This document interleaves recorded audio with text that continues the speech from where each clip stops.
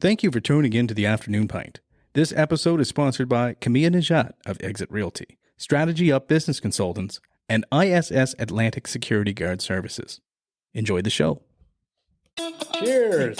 Cheers. Cheers. And welcome to the Afternoon Pint. I'm Mike Tobin. I am Matt Conrad. And who do we have here? Niemeyer. Michelle Niemeyer. Nice to meet you, Michelle. Nice to meet you guys. Yeah, so what are you guys drinking? I got this Cold Stream lemon gin, which is going down pretty smooth. There you go. I got the Deception Bay IPA. That's a household favorite right there. Good beer. Oh, yeah. Yeah. You can't see it in my blue travel wine mug, but it's a Spanish Albarino from a company called Rios Baixas. Oh, nice. Oh, cool. Awesome. Now you're in Florida. Are they local in Florida, or where are they from? No, they're from Spain. Oh, Spanish. Spain. But Okay. Yep. but we have a lot of Spanish wines in Spain, and I lived there in college, and I'm a big fan. Cool. Yeah, I do like a good Rioja, that's for sure. Yeah, and so the Albarino is like it's a crispy, fruity, but not sweet white. Okay. So it's kind of that. like between a Chardonnay and a Pinot Grigio. Okay, so yeah, kind of that medium It's like a body. Pinot Grigio with flavor. Okay, yeah, that's fair. Pinot Grigio is pretty easy drinking kind of thing. Yeah, it's more of it's almost like a bitey. It's not nasty, but kind of a bitey flavor to it. Not like it's not as sweet. It's not like a German Riesling or something, but Yeah. it doesn't have that oakiness that a Chardonnay would have. Yeah, probably kind of like an unoaked Chardonnay kind of type of flavor. I'm not sure, but it's definitely it's my favorite by far.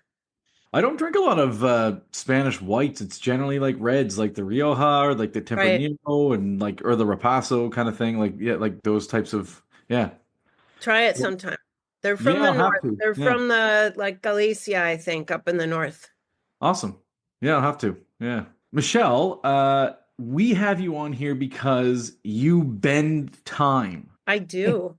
Cool. So And I think the name kind of came from I have this subconscious magician thing going on. My dad's father was actually an amateur magician who was really, really into it to the point that at his funeral there was a wand breaking ceremony, and he knew David Copperfield when he was a kid. oh wow. Oh, cool. And so, I kind of look at these things and I'm like, oh, that's kind of like magic. So I have a time management program that I teach, and it essentially teaches you how to connect the dots between different things in your life. And I have a visual for you since we're here. So Okay. like if you imagine this dog toy is time or the universe or space, whatever, right? Let's say this spot represents your desire to learn to be a private pilot. Okay. And this spot represents people you know in your office that you never knew what their families did or anything like that. Mhm. And this spot represents your desire to get to know people better at work. And you have a conversation with your people at work about, hey, I have this outside of work goal. I want to become a private pilot. And it's one of those things you don't talk to people about, because you're like, I don't want to talk to them at work about my home life and whatever. All of a sudden you find out the person down the hall, their spouse is already a private pilot. They belong to a club. It's way less expensive than you thought it was. And all of a sudden the time that you thought it was going to take, which would be like here, right, becomes this. Because you've pulled together all these synergies. They come together and they help move you forward. Or you meet somebody who has, you might have spent a bunch of time doing a bunch of research or learning something by failing, and you failed over and over, and it took you 5 years to get there. Mhm. Or you could have had the conversation with somebody who's outside your normal box, and you could have gotten the information you needed to take 3 years off that 5-year journey. Okay, so now I'm saying dog toy, bunch of different sides of you and dimensions of a person. How in the heck does that relate to time management? So how it relates to time management is that a lot of times we, in our current world, first of all, a lot of us get stuck in whatever box or boxes we've been taught are what we should do. With that big capital should, the societal expectations, you were good at school. I became a lawyer because I was an A student. And then for years I was like, law isn't really me. I was great at it, by the way, but it's not me. I'm not, I was in litigation, and there's so many other things I could do that I'd be happier and that would fulfill me more than being a lawyer. And, lots of people do those things. They go in, they get in a track, they stay in the track, they follow it. They have goals that were put on them by other people or by what they believe based on what they've picked up, right? And so one of the things I do with people is get really deep into clarity on who they are and what makes them light up. Because a lot of times there may be parts of what you do for your job that you really love, and you might be able to get more of that and like your job better, right? Or you might allow yourself to be shoehorned out of that and into stuff that you really, you're going to 5 years down that path, hate your job and want out. And so knowing what you love it's really important, knowing what makes you tick and making sure you have that in your life. And so I start people with that. And then we go into things that make you just more likely to be able to be focused, to get in flow state. So I do a thing about creating energy. Yeah. Which So you is start with really your about passions, huh? right. So, Well, your passion, your purpose, what makes you light up. So passion, I mean, I passion, the word doesn't really do a lot for me because I think we put too much on that, Some of it's really little stuff. It's like, for me, I love to research and pull things together. And like I said, the connecting the dots, that's my superpower. Okay. So cool, I yeah. am like, when I write something, and this is what I loved about being a lawyer, when I can pull stuff together that's outside what everybody's looking at and bring a new argument together and bring it all together, like stuff from all over, right? And I make this thing and it's really great. I love that part. And then there's other parts I couldn't stand, like billing in 10-minute increments or 6-minute increments. I freaking hated billing. If I could have just charged my. I was gonna say, are you talking about Tobin or are you talking about you? I Right? don't know. On the So side. for doing the accounting or doing the, there was a lot of stuff that I had to do as a lawyer that I was just like, God, kill me now, And then there was the intellectual part I liked. Right. The mean people, because I was in litigation, and truly there are some really mean people you deal with. The mean people part I didn't like, Yeah. Yeah.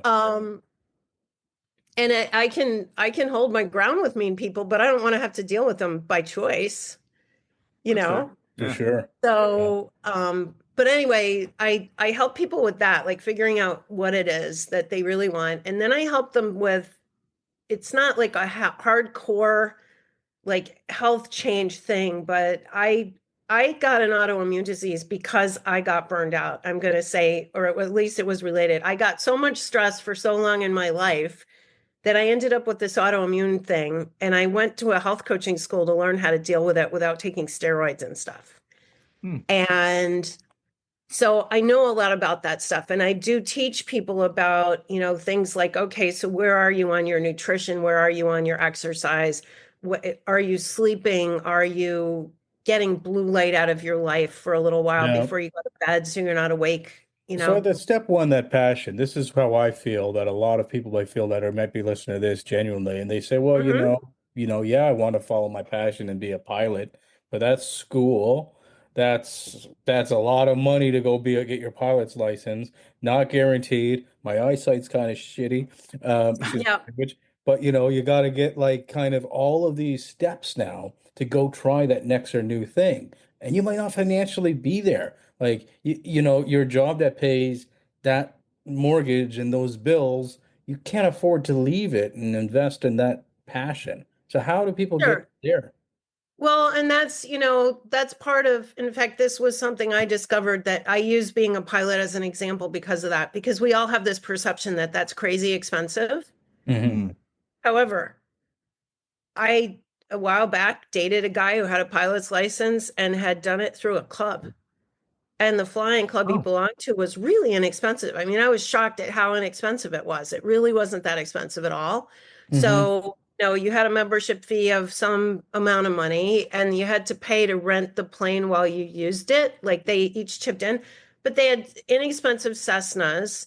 They had people who were part of the club who were volunteers who did things to maintain the Cessnas. They had volunteers who were teaching. Mm-hmm.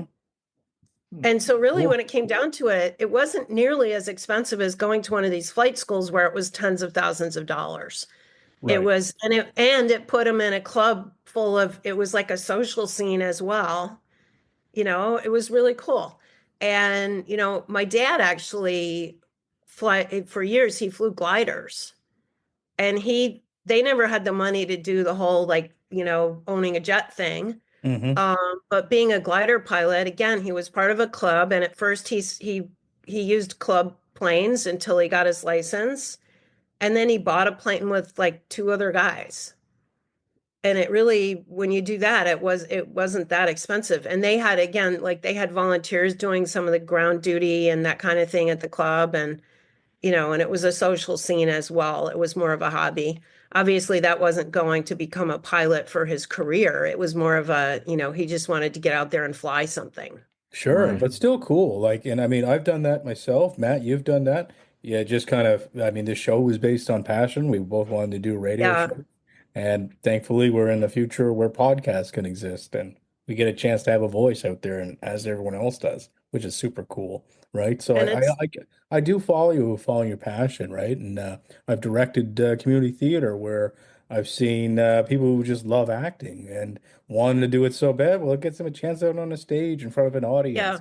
they're And never going to be on Broadway. They can't afford to leave their families and move to New York and work right, as a Right. waitress, but they're going to, they can be the person who's on a show in your local theater. okay, Sure. so passions are realized, we'll just say here for the sake of this Yeah. step And my program. point is, it's not just even like the passion isn't necessarily like a big end goal thing. Mm, Sometimes the passion, like the knowing what lights you up, could be as little as enjoying getting the coffee at the corner cafe and sure, having that okay. connection with people, or being in nature, or enjoying a beautiful sunrise or a beautiful sunset, or some aspect of what your work is.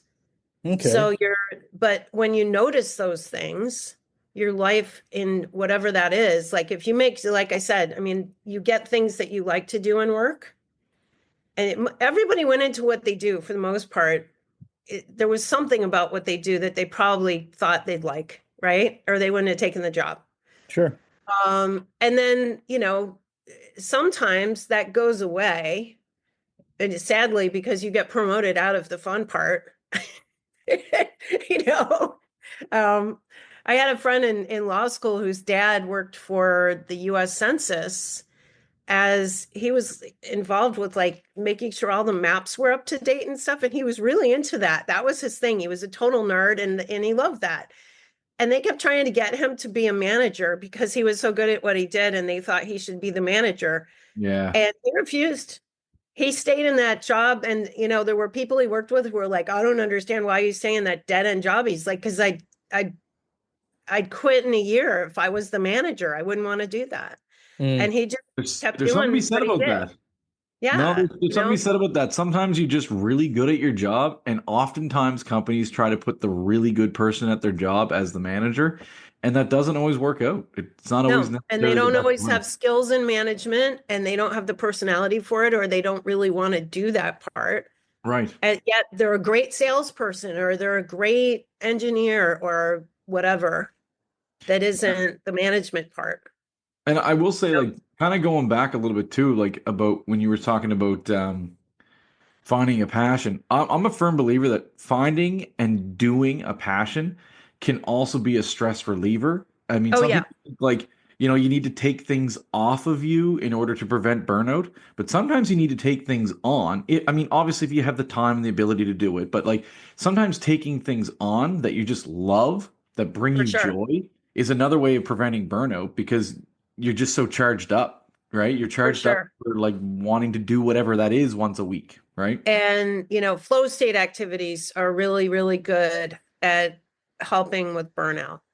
Mm. And that could be, it could be running an ultra marathon. It could be walking in the park. It could be, I used to race sailboats, and, depending on the circumstances, that can be flow state or it can be craziness, but it's, like, it's definitely something where you're focused on that the whole time. And if you're not, bad things happen, Right. frankly. So, and it's having things like that is really good. And the thing that I encourage people to do with the art of bending time is finding things that are complementary in ways that help in multiple aspects of their goals. So, for instance, I'm not doing law anymore, but if I was, and I was racing sailboats, and I joined a sailing club where people who race sailboats own businesses and hire lawyers, like if I was in the kind of law that would have helped, it would have been very beneficial. You used to see that with the small town doctor, the small town lawyer, the small town accountant at the golf club, Yeah. And I think to some degree, we've lost a lot in getting so boxed in corporate that we've stopped having those connections that go beyond just the thing that we do or the office we go to. I agree with you so much on that. Yes. And it's not just about your, being able to get your next job at maybe another company. It's also about, having people who give you like a three-dimensional life. Right. And it's about putting identity behind brand too, because if you Yeah. know someone and they work somewhere and you trust them, it changes the whole relationship you might have with that entire vertical. Sure. Yeah. And I had a client who worked with me, and I can give you a great example of the thing with the entire vertical. He owned an SEO optimization company in Australia. And he came to me saying, I'm really worried. I need to make more money. His wife was about to leave because she was pregnant and having their second child. And she was a personal trainer. So he was going to be the breadwinner for a while. His hope was not just temporarily. And they had a goal of like sometime down the road, a little while later, they wanted to take their two kids and get, as is very popular in Australia, get a camper van and travel around the country in a camper van and homeschool their kids for a while they saw the world, Cool. And when I first met him, he was like, I feel like I'm kind of stuck.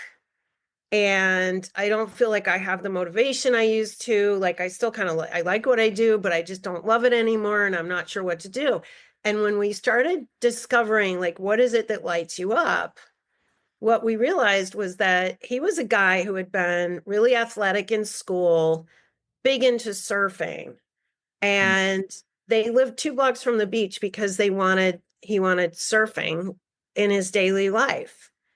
But he wasn't surfing at all. They had a 3-year-old. They had a family value of exercising with the 3-year-old in the mornings.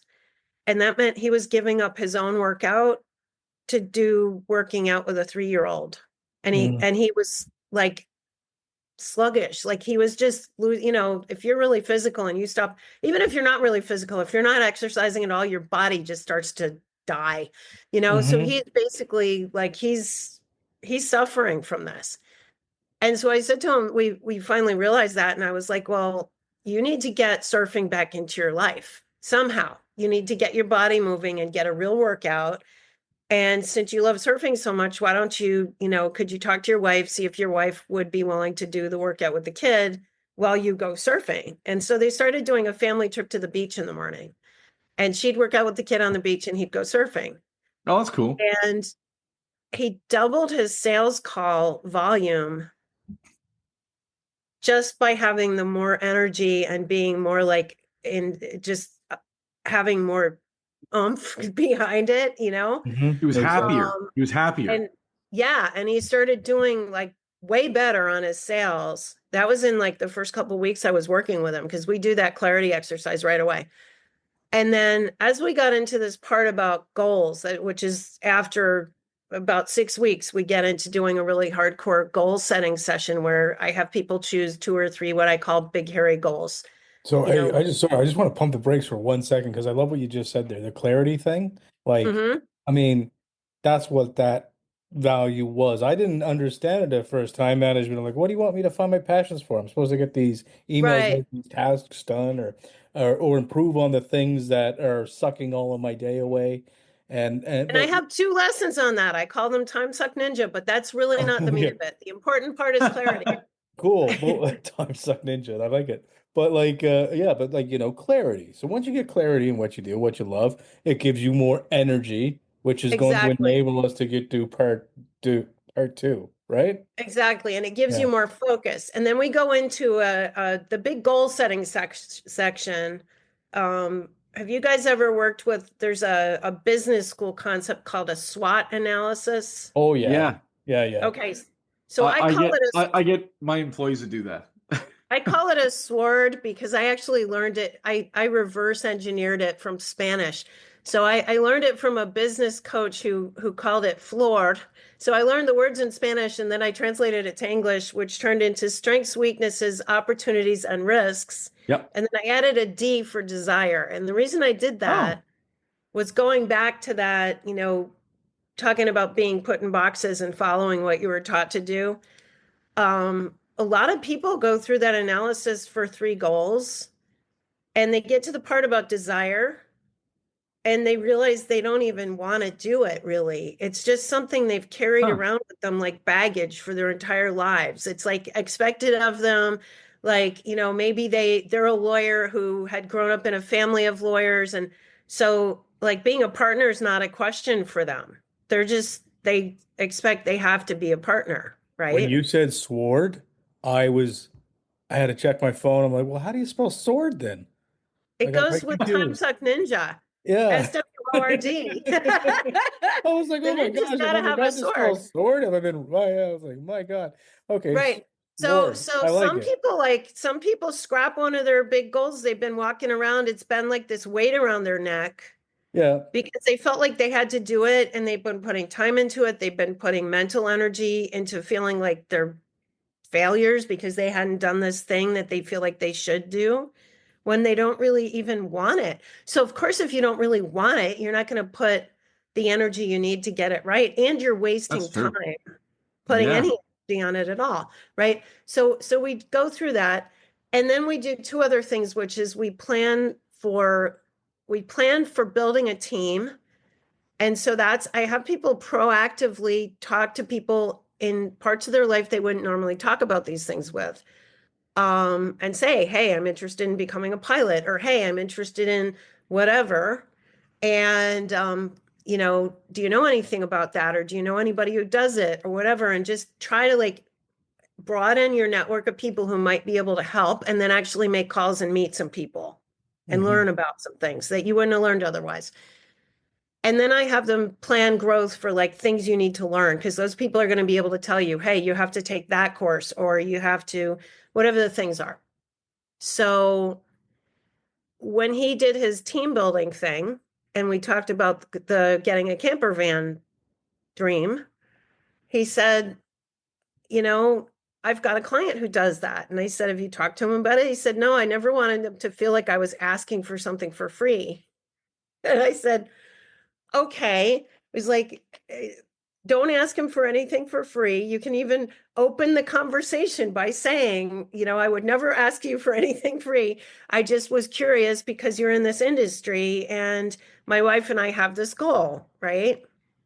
And talking Hmm. about the vertical, he got 6 new clients in that industry Oh because wow. that guy, when he realized, hey, this is not only a guy who's doing a good job for me and I really like him, but all of a sudden he's like, he's one of us because he's got this goal and he's really interested in what I do.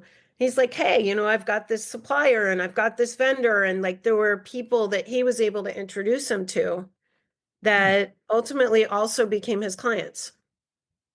And I'm sure down the road will help him with the camper van thing, you know? That's very So cool. Yeah. anyway, that's the connecting the dots. That's the art of bending time. It's interesting because like when people think of time management, they kind of like this is kind of a quantum physics of time management. Exactly. Because when you Exactly. were talking about like squishing it and going through, I was thinking of wormholes, right? And Exactly. yeah, And that's exactly what it is. And it's taking advantage of those overlaps. And one of the things I have them do is when we do the SWOT analysis on 3 very different goals, usually like one big personal goal, maybe two work goals, whatever, like, but 3 goals typically, is we start looking for overlaps. And there are times where they overlap. And when right. they overlap, you can actually, expedite, because you've got, all of a sudden you may have one person you need to meet who connects in 2 different ways. And all of a sudden that work friendship that happened because you talked to somebody's spouse about his pilot's license, right? And now you've got like a work friendship could turn Right. into an alliance that helps move you forward in your career.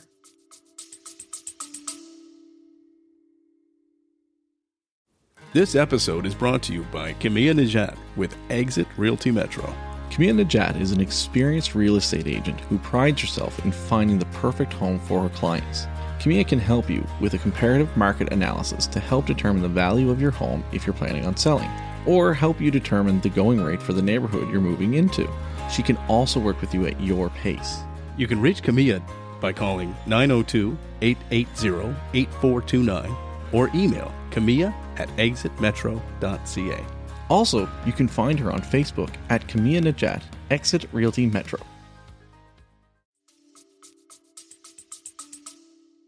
It's kind of, a little bit of networking and kind of working smarter and not harder kind of thing. Exactly. Yeah. Exactly. See, And it's that's the other funny thing with- is that, I'm all about working smarter, not harder. Yeah, and it's definitely introduces I would say this concept is not foreign to me, but hearing you talk about it kind of makes me like more aware, because I think I do a lot of the things that you're talking about, because I like to network and I like to kind of connect people and things like that. Mhm.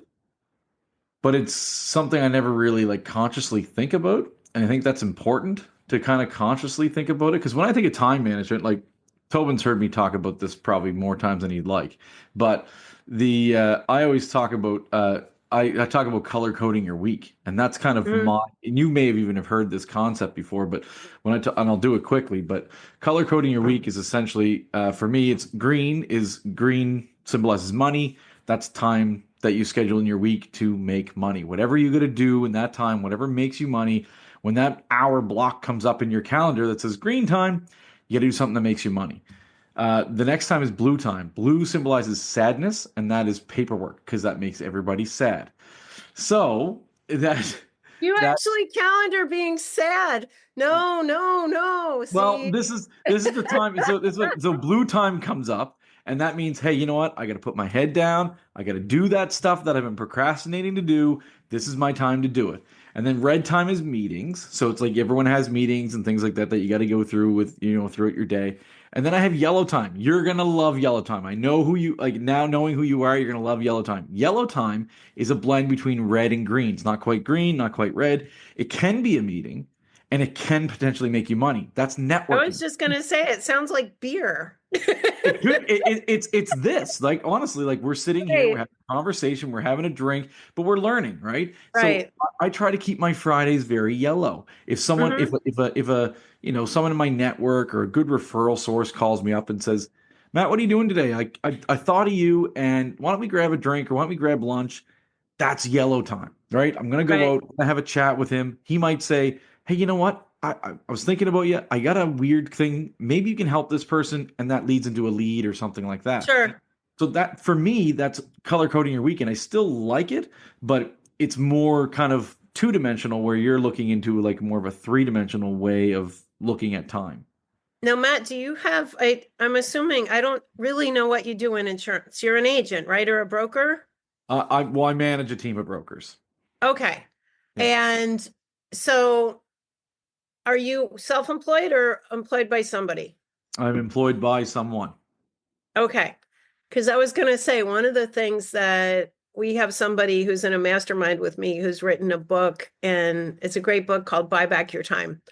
And he talks a lot about how things like your sad time, your blue, shouldn't Yeah. even be on your calendar, because there are Okay. things that if it's not making you money and it's not making you happy and it's not doing anything to move you forward at all, but it's something you could pay somebody else to do for you, Right. like your paperwork.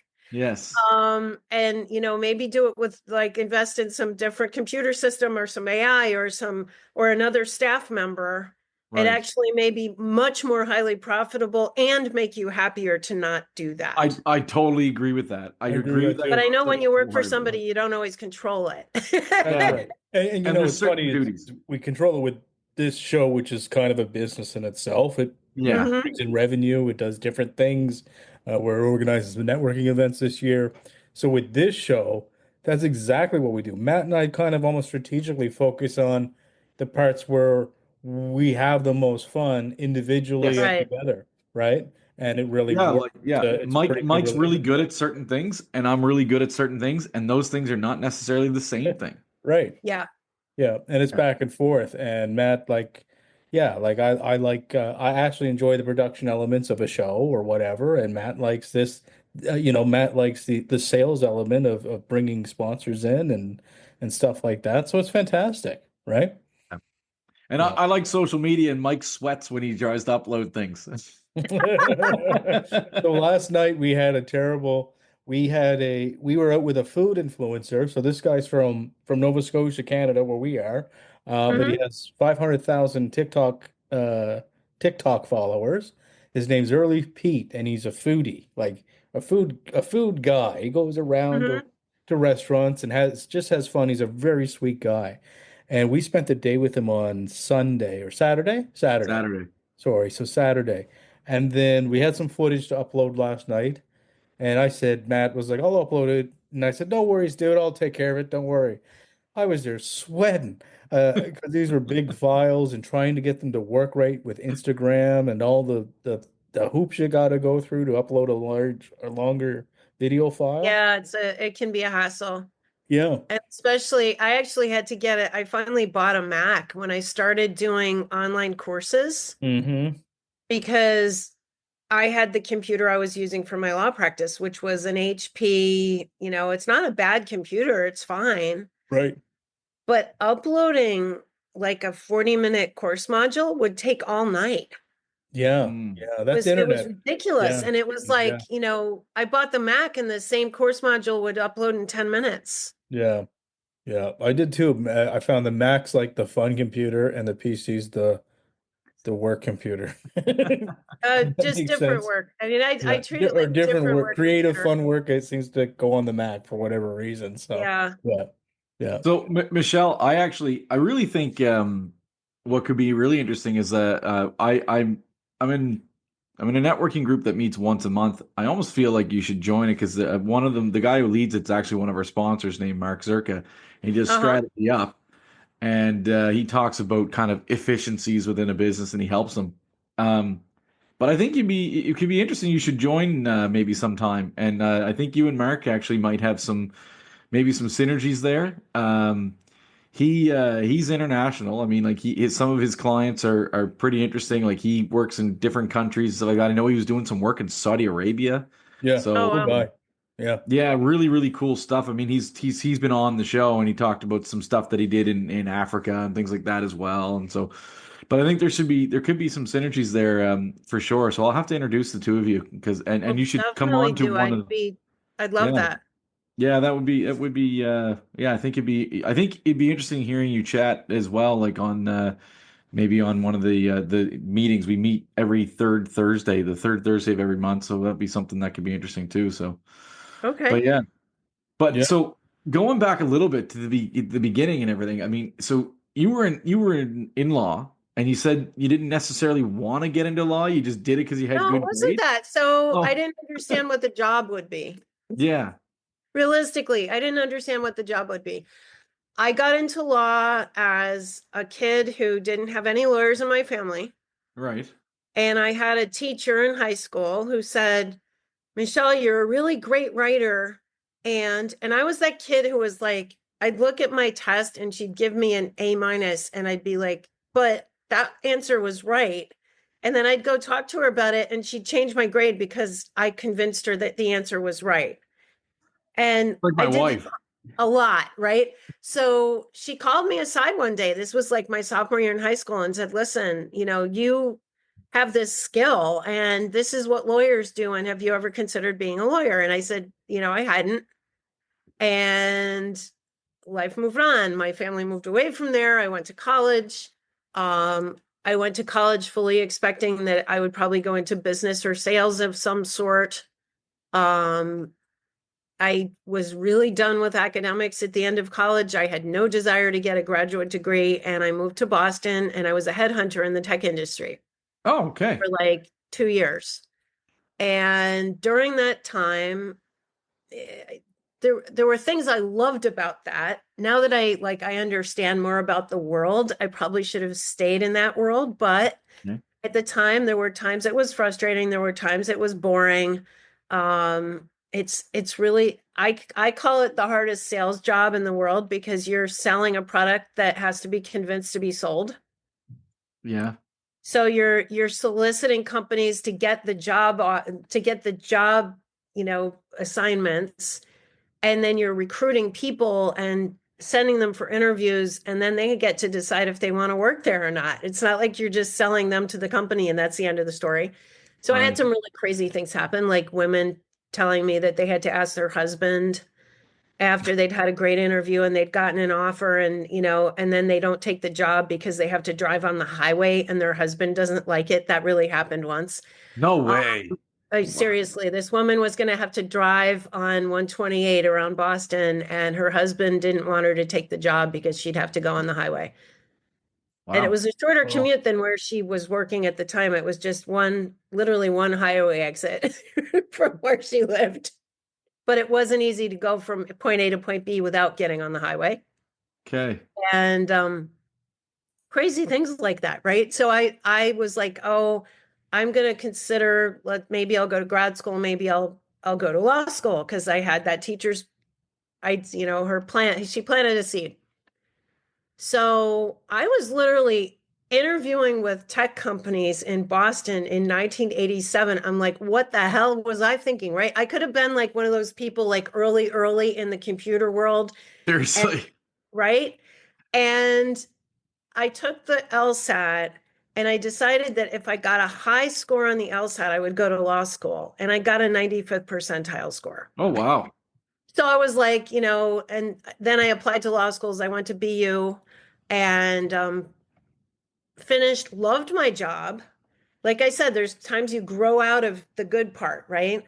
So when I started out, I worked for this big national firm. It was out of DC. And we worked on these huge environmental cases and huge product liability coverage cases. And this was back before everything was on computers. So document reviews meant flying someplace, sitting around in a room with a bunch of other people, filling out forms about what we were seeing on the documents, like pulling out the key stuff. So basically, it was like great travel, staying in really nice hotels, eating great meals, and hanging out with a really nice bunch of people, and working 9 to 5, because they'd kick us out of the document depositories at 5.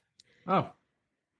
I mean, the travel was long hours, because we'd leave someplace, we'd fly in the night, we'd fly in the, like I'd fly on Saturday sometimes to be there Sunday, or Sunday to be there Monday, all that kind of thing. But the job itself was like, it was kind of interesting going through the stuff we were doing. And then I started attending depositions the same way. I was running around the country, living in really nice hotels, eating great meals, hanging out with cool people, and taking depositions. And then I moved down to Florida, where I started actually doing like regular lawyer work, where I was sitting in an office most of the time. I was getting yelled at by mean people. I was, like a lot of the work I was doing was no longer fun. And the more senior I got, the less fun it got to be.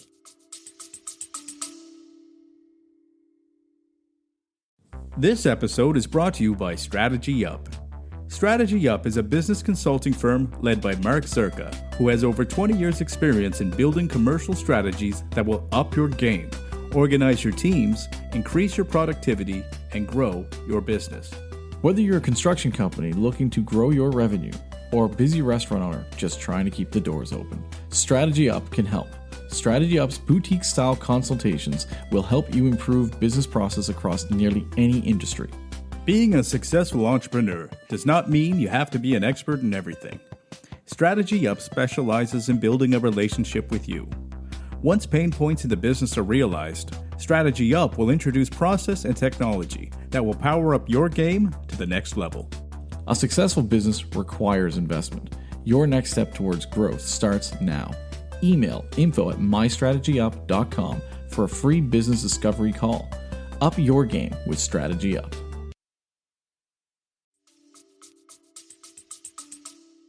So I saw on your LinkedIn that you were a resident and civic activist. Yes, So I was. yeah, what like was it dealing with a lot of mean people then? Like, tell us a little bit about that. It was dealing with corrupt and greedy people. Although Yeah, you okay. didn't hear me say that. Okay, so You gotta move to Canada. I hate to tell you. I know, I You lived in might not like. Minnesota for a while and everybody was honest there. They Yeah? really were. Okay. It's kind of like Canada there, I Yeah. think. Cool. They say a boat. Yeah. I used to Okay, say a okay. boat. Don't you know? Yep. So anyway, I lived in a part of Miami called Coconut Grove, and my ex and I had a boat in a public marina there. And I had just started my law practice, and I'd moved my office to a little office building that I could walk to from where I lived. And I was trying to, getting involved in the local chamber of commerce, all that stuff, trying to get some business because it was the first, I was starting my own thing. And I get an email from somebody and it says the city of Miami is hiring an architect to design the Coconut Grove waterfront. And in Miami speak, anybody who's lived here long enough would just have the alarm bells go off. What are they planning to build in our parks on the waterfront? Because Right. we had lots of parks. Coconut Grove has more park space on the water than anywhere else in the city. And these marinas, including the one that my boat was in, and it was reasonably priced, and I didn't want to lose that, right? So I responded to this by saying it was like a reply to all to this group of people who had included me. I said, how can they hire an architect without knowing what we want? It's like hiring Frank Lloyd Wright to design a colonial house, right? Well, it turns out they were looking for landscape architects, and this is typical. A lot of times they'll hire an architecture firm. They'll have a public planning process, right? But really what they're trying to do is steer that process to the end goal they already know they want. And then they have justification through this process. So I get contacted and asked to be on a committee of a few people. I mean, it was like 6 people total to deal with this planning process because waterfront condos, the sailing club on the water, like people like that were really uncomfortable with this. And they'd seen what I wrote. And I get to the meeting of these people and the sailing club commodore was supposed to become the chair of this group. And before our meeting, their board had told him not to do anything visible because they were afraid the city would kick them off the property. They were on a lease with the city that was ending, and they were trying to renew it. And they were like, if you can't cause problems for us, you need to keep your name in the background. So I arrive at this meeting and they're like, you're a lawyer. Why don't you be the chair? So I end up chairing this group, and the group literally watchdogged every step of the process, got involved to the level that we worked with the people who were writing the contract with the architects. And so we created the scenario of the public input that would be done. And we built a relationship with the architects. And we ended up with a great plan. And we created a a committee that was going to oversee like a long-term implementation committee that would outlive political change, so that there'd be somebody who would be watching, as the thing moved forward. And that went well for a while until the city didn't like that we were holding them to the plan. And ultimately, they disbanded our implementation committee, and then they disbanded their overall waterfront advisory board. Huh. And now there's all kinds of stuff going on in Miami that there's no input at all, because they don't want the input. And they've done things with our plan that are like, I mean, I don't even want to go now. There's some things they did that were so some are just completely incompetent, and some are absolutely against what people had said they wanted. Yeah. They wanted an inexpensive waterfront, like burgers and fries and bring your kids and dogs place on the water, which was replaced. And it was supposed to be replaced with a similar concept plus a couple of other restaurants. And they ended up bringing in somebody who basically does a nightclub with food trucks. Oh, okay. Like, it's really loud. The people who live in the marina are going crazy. It's not, it's cool if you don't know what people wanted, Right. but and then the other thing they did that was really funny was do either of you guys sail? I know you have water, lots of it. I've been sailing, but I've done it too. not- I did a race once. Yeah. Okay. Yeah. Did either of you go sailing in a place where they use hoists to take the boat off a trailer and put it in the water? Oh yeah. Yeah. Okay. Yeah. So part of what we did was we created a launch area for, they actually renamed the park Regatta Park. We have a lot of regattas, like big Olympic qualifications, stuff like that happens in Coconut Grove. And so we created this park that honored the regattas and created a launch site. And the launch site was designed to have a place to put in, like, coach boats and all that kind of stuff on like a ramp that was like a floating ramp that went into the water. Yep. And then it also had like 2 lifts with arms that you could pick up sailboats off trailers and put them in the water.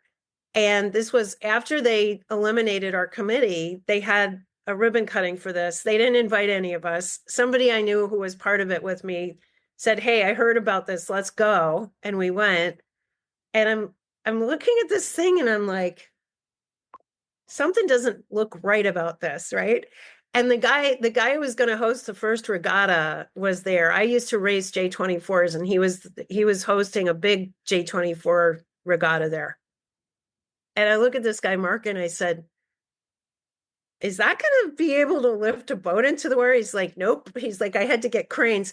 They put in a hoist that didn't have an arm long enough to put a boat into the water. If you put the boat down, it would hit the seawall.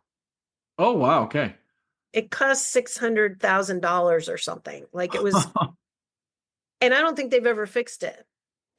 They had funding and they had to spend it. And it was like this match grant thing okay. So that was after they eliminated the committee that I was part of had brought in like experts from Newport, and they had all these plans, and then they just like squashed the committee, and then they hadn't gotten any of the work done. And last minute, they would have lost their grant money if they didn't stick the things in the ground. yeah. So they just rushed the job, and the people doing it had no idea what they were doing. So doing this for 12 years, is that what made you decide to run politically? When I ran for office? Yeah. Well, seeing some of that kind of ineptitude and seeing some of the things, yeah. I mean, there was a particular person who was running, who was incumbent, and who, let me just say, was somebody who I didn't want representing me. And I was encouraged by a lot of people to run. Unfortunately, he was very, very vindictive toward businesses that supported anybody but him.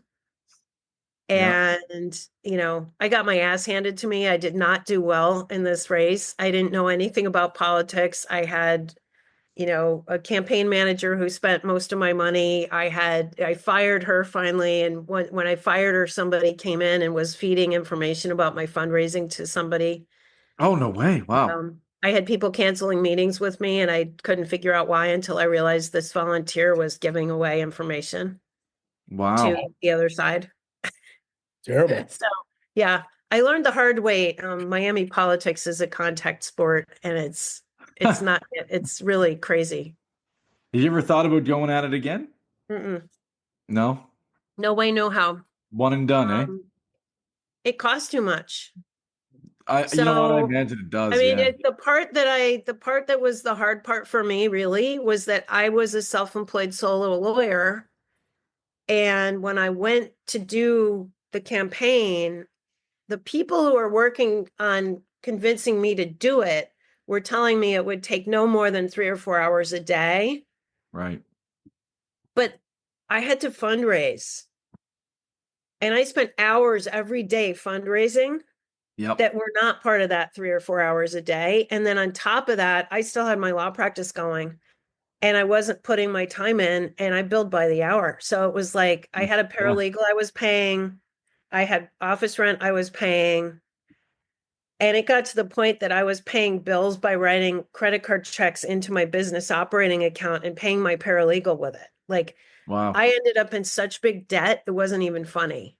And, most of the people who run are people who they work for a business that benefits from the fact that they're in office, or maybe they're a lawyer in a law firm where they're like, hey, you know what, if this person gets in office, then we're going to get business from it, or we're going to do lobbying, whatever it is. Yeah, yeah. And they pay their salaries while they're running. But I wasn't getting paid. This is the thing. Like, this is, I think, one of the biggest things is like oftentimes Canadians kind of mix up how American politics and Canadian politics work. And I don't think people realize, I'm not saying Canadian politics are perfect. It's certainly not. But politics in America is big money. And it doesn't matter if you're, a counselor or whatever in Miami, or a state senator or a federal senator. It's all big money, and they can survive off of donations because they can pay their rent through sneaky ways of kind of But getting. you can't. You can't if you're going to do it legally, and I wasn't going to not do it legally. That's right. So, No, exactly. And so a lot of times, like I said, a lot of them have employers who continue to pay their bills, even, they're getting paid a salary, even though they're working all the time on their campaign. Right. Or they're fundraising. And the other thing was I wasn't into the idea of going and licking the boots of all of the corporate overlords. And I didn't do that. I raised more money than any other opposition candidate. And I raised it in $500 maximum contributions from individuals and small businesses. And, that wasn't, I had one other person had, I think, more in her campaign account, but it was because she put $60,000 of her own money in. Oh, wow. And then the guy who was in office, to give you an idea of how much like the corporate influence is, he had $2 million. I had 120,000. So just to give you an example, I ran for office 4 years ago for municipal politics here in Halifax. You know what my total campaign cost me? $6,000. Yeah. Yeah. And it's, it was crazy. It was crazy. And part of the problem I had was I hired a consultant who I had a campaign manager who had worked on congressional races, local ones, like not huge races. Yep. But she had this idea of, she hired a consultant for $10,000 to write speeches for me. I'm like, I don't need that. Oh, Wow. yes, you do. And I'm like, okay. And, that guy was really cool. I loved him. He was wonderful, but I didn't need that. And I didn't know enough to say no to it at the time. Yeah. Because I also didn't have other people that were, knowledgeable that way. Yeah. But I would have been better off, candidly, holding to my guns and just saying, okay, I've got friends who are smart people who can help me, and just letting them help me. Right. Like that would have been better. Yeah. but you know, Sounds like it. I'm not going to risk bankruptcy again. I didn't go bankrupt, but I probably should have. Like smart people would have gone bankrupt. I just didn't want to be that person. Right. There's certain impact to lawyers. If you go bankrupt, it's not a good idea. And I've always felt it's just morally weak. Yeah, fair enough. Fair to enough. pay my debts, but I wouldn't do it again because of that, because I know it's just not something I want to do. No, that's fair. That's fair. I mean, it seems like you found your joy anyway, right? Like it seems like you've, what you talk about and everything. It seems like you found really what grew. I can relate to you, honestly. I thought politics was what I wanted for a long time, since I was 14 years old. And I think this podcast and a lot of the things that have come along with it had made me realize, like, I think I'm really comfortable giving that up and moving on from that and just exploring different avenues and things like that. So I think politics is dead for me too. So I can totally relate to the wouldn't one have said like politics was never a goal for me. When I was in college, I had friends who went and moved to DC and worked on the Hill, and I was like, ew. I wouldn't have wanted to do that, I really got into it because of an aspect of my life that I cared a lot about, which was the waterfront. And no, that makes sense. Yeah. And, and then I got to know more about what was going on in my community, and I was trying to do things. I hit a point, and this was an aspect of my burnout, frankly, where I realized, like, if I wasn't working for my law clients, and part of it was law was so isolating, and I really didn't like it. So working for free in this volunteer realm was where I was getting the satisfaction part of what I like, doing something for other people and being involved in things. But what I realized was there was a whole lot of work I was putting in where I was benefiting everybody but me and putting a whole lot of time into it. And it was there was sort of a nail in the coffin for me, which was about 2 weeks after I lost the race that I ran. I got a letter from these people in a part of the area that I was running in. They hadn't been nice. I'll just say that the people who lived in that part of Coconut Grove were truly not nice to me or my volunteers when we walked and knocked on doors and all that. Right. And they were very, very aligned with the guy who was the incumbent because he'd made all kinds of promises, and, they thought that he was their guy. But he was not honest in how he talk to people. I'll just put it that way. Yeah. So they came away from those conversations believing that he was going to take care of them and he was going to help them with some things that mattered to them in their neighborhood. 2 weeks after the election's over, some of them had literally shut their doors in my face when I was knocking on doors. I got a letter, and it was an anonymous letter saying, it started with the phrase, "You need to help us." Oh. And then it explained to me about how there was there was a builder who was building in like teardowns in their neighborhood, and he had a couple of empty lots he was using as like staging area, and he was running forklifts around on their street, and it was really a hassle for them, and apparently promises has been made that the day after the election they were basically told, yeah, blow off, like I'm not going to help you. And they wanted me to intervene and help them with this because, I should want to. And then the letter wasn't even signed by anybody. It was, "Your friends on this street." Huh. And I'm like, really? That doesn't really help either, though. Right? Yeah.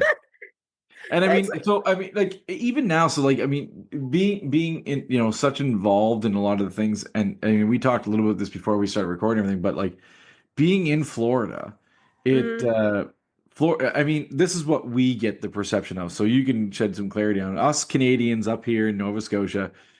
We hear, for the most part, outside of when you're down there having fun at like Disney World and things like that, like Florida, we understand is a bit of a mess in a lot of ways. We talked a little bit about insurance. You were in insurance litigation and how all the hurricanes. Oh, they completely, not only is insurance litigation, like it's a mess that they're not paying people and that kind of thing. And we talked about the fact that there are all these affiliate companies that get paid like the Yeah. premium money all gets siphoned off and then they go bankrupt and yeah. But the other thing is that there used to be fee shifting for coverage lawyers who represented policyholders. And there was a pretty strong bad faith law so that when the insurance companies did things wrong, you could represent somebody and you could hopefully get them paid Right. if they didn't go bankrupt.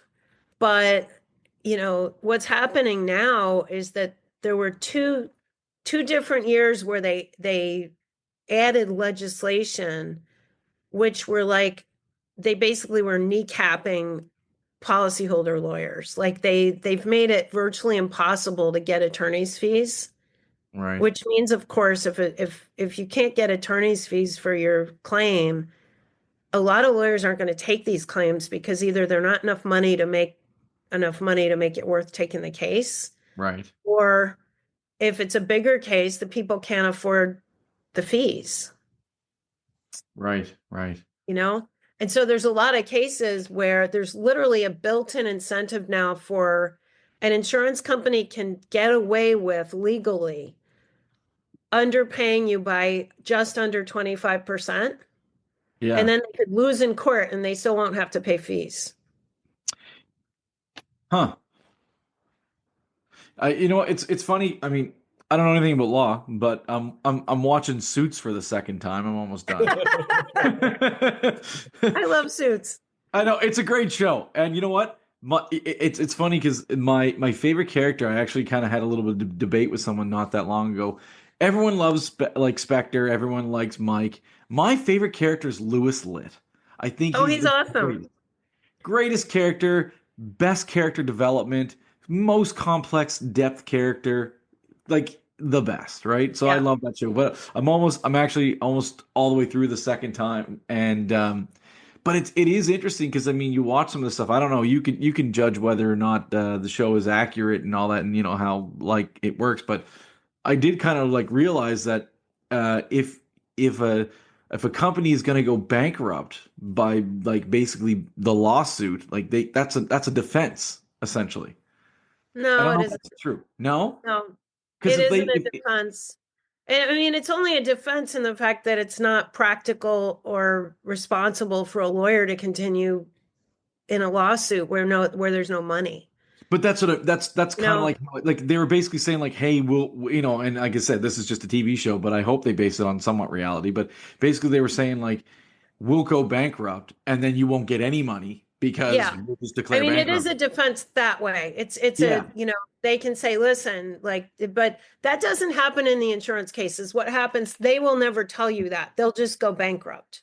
Right. So Okay. they'll have thousands and thousands of people they've screwed, and there's going to be a bunch of lawsuits filed against them, and then they'll go bankrupt. And then once they go bankrupt, there's no bad faith there's Florida Insurance Guarantee Association, which is this association that has to take on the bankrupt company's claims. Mm. And they can be really evil, and they don't have to there's no recourse against them. Huh. Wow. So, generally they'll pay, like if it's owed, you should get paid. But if they're like kind of underhanded in how they deal with things, there's no bad faith against them. So they have no incentive to be like fast or treat you well. And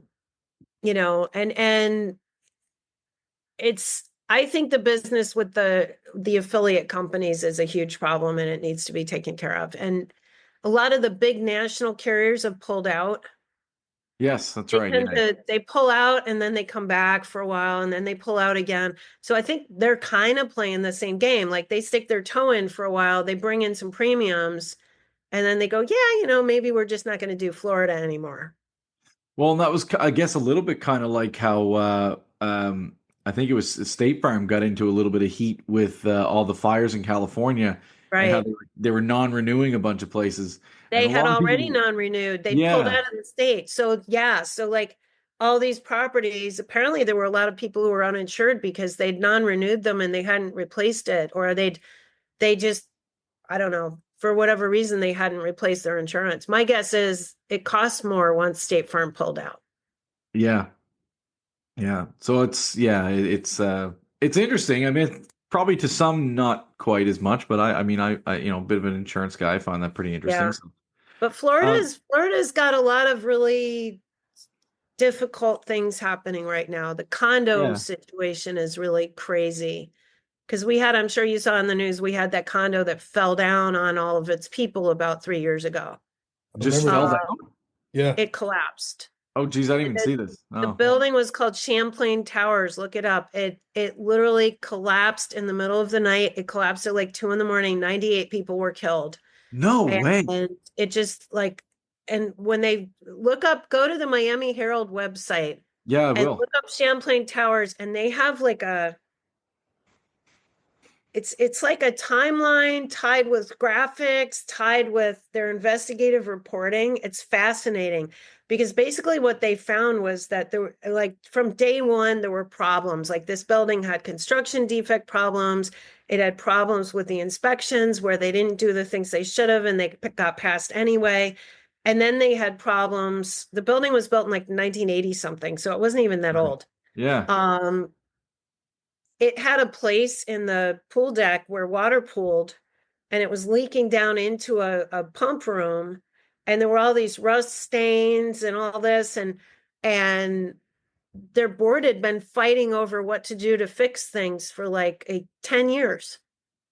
And they hadn't done an assessment to pay to fix this stuff. And they had just reached a point. We have these inspections that are mandatory for 40-year-old buildings here.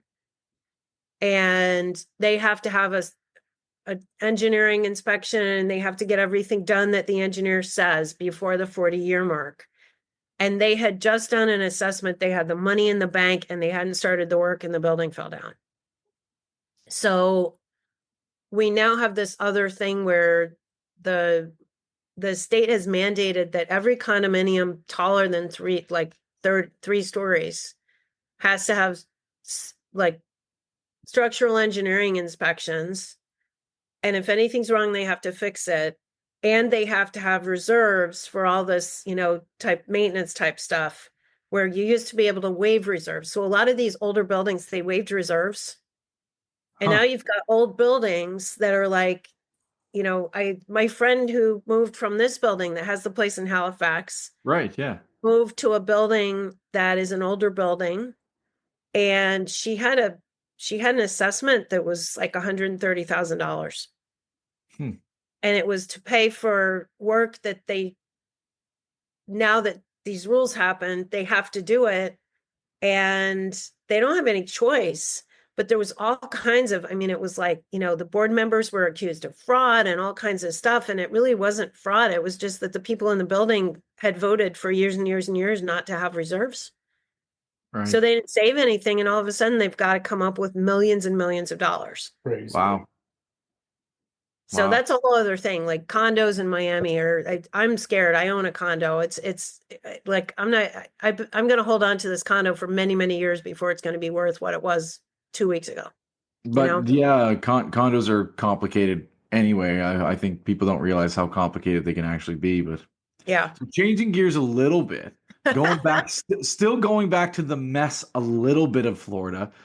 The big looming question that all Canadians want to know is, what's Florida like now that we've had, you have a new president, newish, I guess, repeat president and everything. Like, what is like? Is it just a big divide, or friends and family like just hating each other, and what's it like? I think a lot of people here are in denial.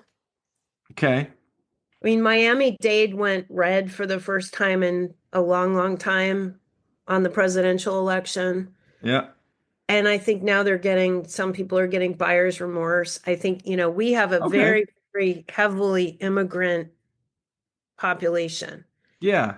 And in some ways, it's a weird immigrant population in that, like, a lot of the people who came from Cuba, at least the early ones, they were educated. Yep.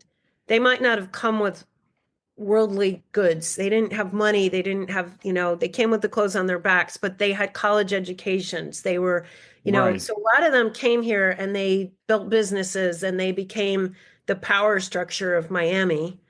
And we've had the same thing happen with Venezuelans. We've had the same thing happen with people from all over. I mean, it's like people think of it as a lot of Cubans, but there's people from all over Latin America primarily who come to Miami.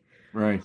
And that's been for generations, you know? So like the last 40, 50 years, we have this very, very heavy immigrant population.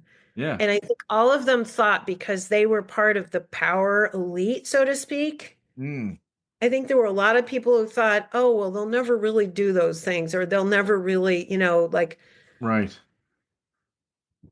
I don't know. I see Marco Rubio sitting there looking miserable, and it kind of makes me laugh because he sold his soul to be where he is. But, you know, like, I've met him. He's not the guy who wants what's happening right now to be happening. I'm sure of it. Okay. But he's in a position where he can't say no, or he's going to lose his job. Like Right. he's just going along, which I think is despicable. But, you know, we have a lot of people, a lot of our businesses are dependent on, you know, the TPS workers, the temporary protected status, Yeah, the yeah. Migrant workers Nicaraguans all and that the stuff, yeah. Venezuelans. And I just lost my hairdresser. Now I have this short hair. I didn't want this short hair. My hairdresser was awesome. He was from Nicaragua. And when I went to show up to get my hair cut, I was told he has moved far, far away because wow. he knows his status isn't safe. And so he's left the country. Wow. He's probably in Spain. He told me he lived in Spain before. But businesses are dependent on that here. Oh, heavily. I heard all Like about like the restaurants, all oranges. the servers, all the busboys, all the, you know, like it's going to be amazing if I mean, if they just took everybody out, like who depends on protected status or who's illegal, we'd go to a dead stop in this city. That's one of the things. It's a really kind of like a catch-22, I guess, maybe. I don't know. It's a system that works because there are undocumented people there. Right. However, it's a system that seems to like hate that they're there. But it's gonna crumble if they're not, right? And we don't I, hate that they're there. Like in Miami, we don't hate that they're there. I think no. But I mean, like there's this rhetoric that's been created in other parts of the country where that's what I mean. Yeah. people don't know people who came from those places, right?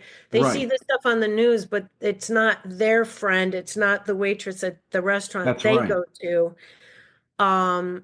But at the same time, those people also don't understand that, you know, their house that they paid $300,000 for would have cost $600,000 if it wasn't relying on immigrant labor. That's And yeah. they don't that's it. understand that Yeah. that thing they buy at Walmart for $5 would cost them $20 if it was manufactured in this country. And we haven't had like we haven't been able to manufacture those things here for 25 years. Right. Yes.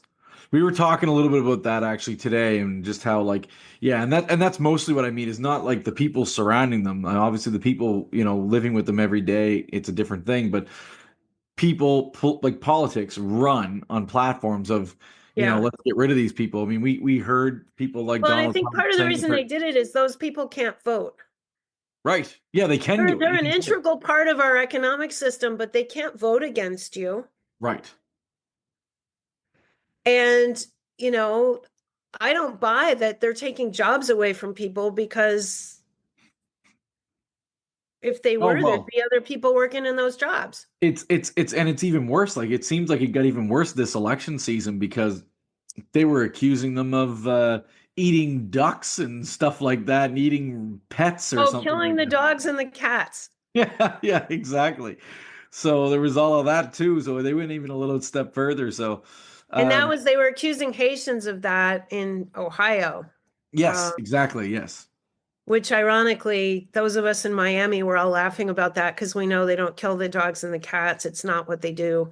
And it's not the Haitians. It's typically it's other islands. Haitians do voodoo too, but the Cubans are into Santeria, and they kill chickens and goats. And they leave the chickens and goats in places like public parks. Like we have or you find them floating in the water, or, there are certain like religious ceremonies that involve chickens and goats. Right. Purification ceremonies, and,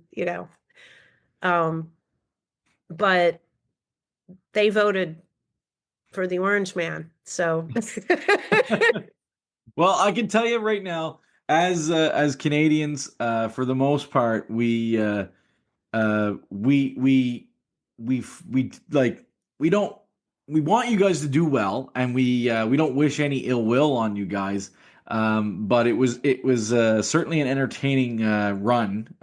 We like kind of chuckle along with it. But then when reality set in, we were kind of like, whoa, right? yeah, well, I think And there's a lot of us feeling that way. And, like I said in the beginning, it's a lot lower percentage of Americans voted for this than yeah. it's being applied by things you see on TV. Well, I wonder a little bit about like the canoes coverage and stuff like that, because I mean, we just had I mean, when this airs, it'll be later, but literally just when we're talking right now, the four seasons and the NHL like Four Nations tournament ended, and when the Americans played the Canadians in Montreal, the Canadians there booed the anthem, and there's lots of mixed emotions about that. But this is the first time in like a long, great history of our two nations being friends, the best of friends, Where where there's yeah, it's animosity. ugly. It's Yeah, ugly. And it's hard. It's frustrating for those of us who are rational, frankly, here yeah, to see yeah. that. And I don't think a lot of people who voted for Trump thought that he was going to like go after Canada. Well, it's the thing, like No, right? the fifty Like, first what is state. he thinking? It's crazy. It's crazy. Yeah, And and going to Mexico the same way. And by the way, I have to tell you, the Mexican president right now is like my heroine. I think she's awesome. The way she's handled some of this has been fantastic. And it's like, it's just unreasonable and it doesn't make sense. But, it's embarrassing, frankly, for a lot of us. Mm. But, Well, on that note, I'd say like, let's. It's been really. I would. We could probably spend a whole hour just talking about the perception stuff like that. But let's move into our 10 questions here. Let's yeah, move 10 into that and have some questions. fun. Yeah. Okay. 10 questions. There we go. Okay. Matt, you lead This them is off, this is buddy. the thing Michelle was most afraid I'm of. terrified of your 10 questions. Okay, so let's just we might do this as a short too, Michelle, just this bit, so we'll just reintroduce you. So who do we have with us today? I'm Michelle Niemeyer, and I am a time bending expert who teaches people how to do time management through essentially integrating their lives. Awesome. Welcome. Welcome to 10 questions there, Matt. You lead with the first 5, and then I'll follow with 5 more. Okay, so the first one I'm going to pick, just because I know we spoke a little bit about politics. So first question I'm going to give you is, who would win in a fight, Donald Trump or Elon Musk? I think Elon Musk's kid. He's been pretty entertaining lately. I think for sure Musk would win in a fight against Trump. For sure. I think so too, actually. Yeah. Yeah. My All right, guess is Michael. he had to defend himself a lot when he was a kid. That's fair. That's fair. Musk. All right, over to Mike for question number 2. All right. Who did 6-year-old Michelle want to be?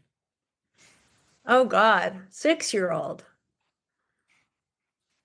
Or 7? When you were a I kid, wanted what to did be you a want to be? swimmer. When I A was 6 swimmer. years old, I joined the swim team. That was like my obsession. It was all I did. Now, if you go back earlier into our episode, if you check out our episode, you talk a little about bending time. So is that on your like focus list? Magic was. Magic? Yeah. Okay, cool. There we go. Because when I was 5, my birthday party was a magician party my grandfather did. I was doing tricks at 6 and like tricks with like, I had this thing with scarves that came out, like you kept pulling and different colors would come out. And yeah, Yes. I was into magic at 6 for sure. Awesome. All right. So next question is, if you ran out of time and today was your last day, what would you do? I would go to the water. Okay. If I had a boat, I'd be on the water. If I didn't have a boat, I'd be by the water. But I love the water. I relate to happy. that. I relate to that heavily. Yeah. Okay, I'll part 2 Matt's question because I wrote one pretty similar that I didn't realize. Okay, so at the end of the world, what would be the best album, song, or book for you to enjoy if you were just kind of sit with a piece of whatever from whomever? At the end of the world. You say, oh, So gee, I've well, I'd like got to hear one that. book, one album. You don't have to pick all of them, but if you just say, I don't gee, have I'd to like to pick hear that all of song them. again, or an album again, or a book again, what's something you would like to have with you? Pink Floyd, The Wall. Oh, yeah, Ooh. good choice. All Very, right. Yeah, I love yeah. that. All right. So, next question. If you could be any age forever, what age would you be? Any age forever. I'd say like 35. Okay. I don't hate that answer, actually. That's a Top of your great game, 35, good age. I'd Yeah, say like I love 35 35. because when I was younger than that, I wasn't really fully confident, didn't know what I was up to, whatever. Mm-hmm. And like none of the stuff where you've like hurt yourself and you have repetitive injuries and stuff, that stuff isn't happening yet. So you're like totally like you could do anything you want at 35. You're also like kind of more mature still too. Like 35 is a great age. I love that answer. Like Yeah. there's still a lot of room to do a lot of stuff, but things and you're physically in great shape and like you could do a lot of, like today I'm 60. I would not be like doing some things physically that I would have done at 35. I do a lot of things probably most people my age wouldn't do, but there's certain things that I'd be like, I'm not so sure that maybe I would do that, like at 35 I'd climb Everest. I wouldn't do it now. Fair enough. Okay. Describe your own personal perfect sandwich. You're making a sandwich for yourself. How would you make it? What would you do? Everybody likes to have a Okay. perfect sandwich. I'm allergic to gluten, so there is no perfect sandwich for me. Oh. I'll tell you what I would do though. I would make my perfect sandwich with a Venezuelan arepa. Mm. I would hollow it out because I don't like too much stuff on the inside. And arepa is about that thick, but when you cook it in a pan first and you make the skin of it like it's kind of got a skin on the outside, and then you bake it and you can like take some of that stuff out and it ends up being a little lighter and kind of like a shell. And then I would probably put really, really rare roast beef, Okay. some like field greens, some good lettuce, brie. Sounded Okay. good. Yeah.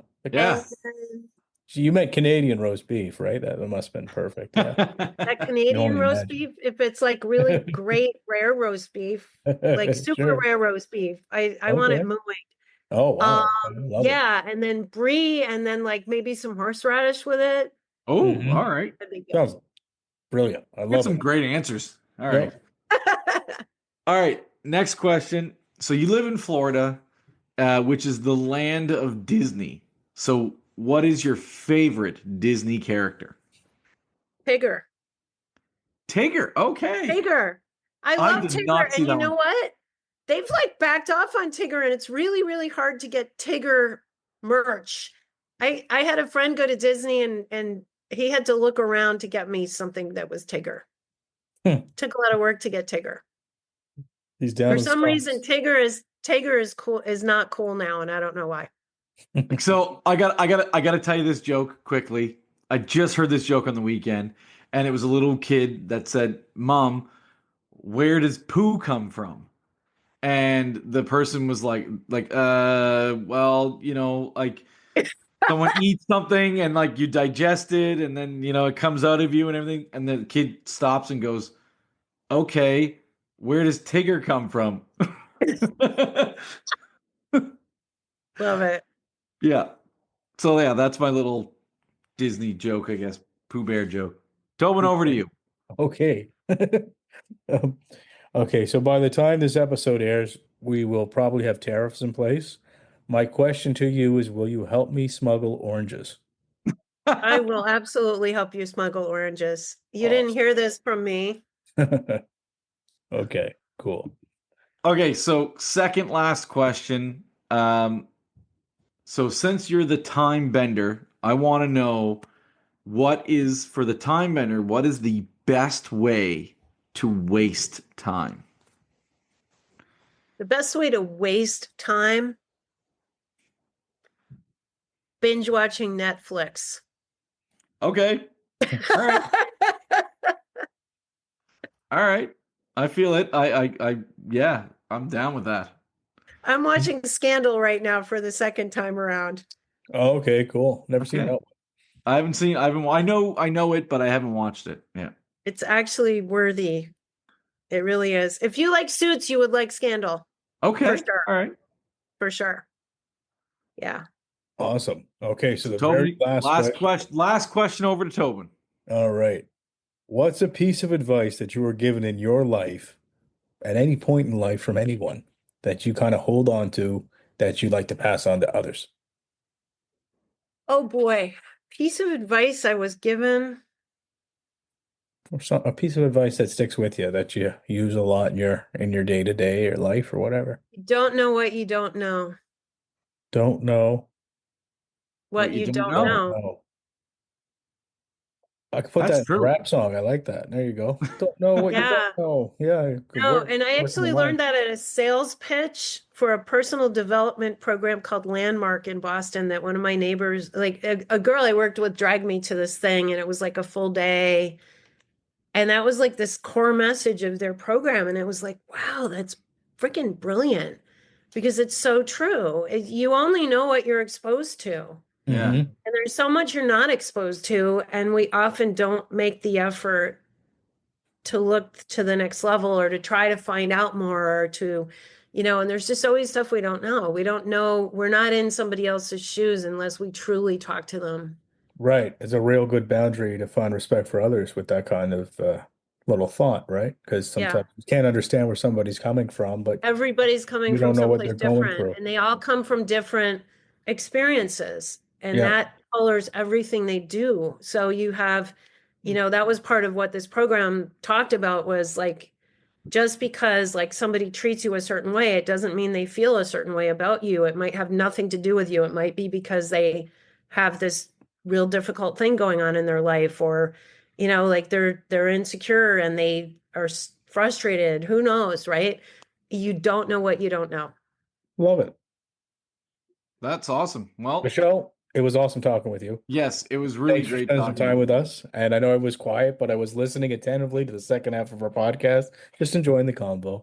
Yeah, so Cheers to you. cheers to you. Well, cheers to both of you and to a happy and healthy American-Canadian relationship. Let's hope. And, I might need a passport. That's great.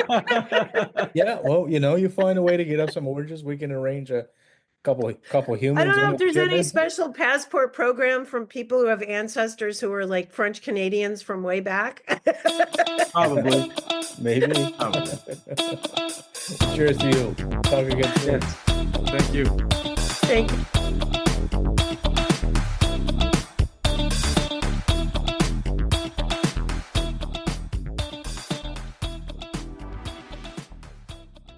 Thank you for listening to The Afternoon Pint. We are an independent podcast and we need your support. Please take a moment to hit that like, follow, and share button. Email us if you have an idea or suggestion for the show. Please send your feedback. We'd love to hear from you.